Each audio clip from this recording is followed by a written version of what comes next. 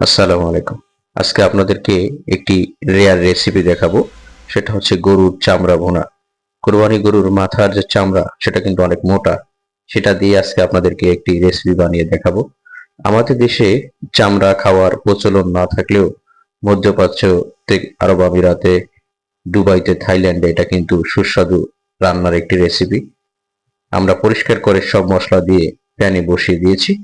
ভালো করে কষাবো এটাকে। আজকে জীবনের প্রথম আমি এই রেসিপিটি রান্না করছি। এর আগে খেয়েছি কিছুদিন আগে, অনেক মজা। যারা গরুর চামড়া ভুনা খাননি খেয়ে নিবেন, অনেক মজাদার। গরুর বটের থেকে কোনো অংশ কম নয়। পানিগুলো শুকিয়ে গেছে প্রায়। গরুর চামড়া ভুনা করতে হলে আপনাকে দীর্ঘ সময়ের প্রয়োজন। আমরা কিন্তু একবার প্যানে পানি বসিয়েছি এবং সেটা কমে গেছে, আবার পানি দেব। এই রেসিপিটি রান্না করতে আপনার প্রায় ঘন্টা দেড়েক দুয়েক লাগবে। আবার পানি বসিয়ে দিয়েছি, অর্থাৎ একবার পানি কমে গেছে, তারপর আবার পানি দিয়েছি। পানিগুলো টেনে গিয়ে এখন ভুনা ভুনা। অবশেষে আমাদের সেই কাঙ্ক্ষিত রেসিপি হয়ে গেছে। মাশাআল্লাহ, অনেক সুন্দর একটি স্মেল আসছে। আপনারাও বাসায় ট্রাই করবেন। অনেক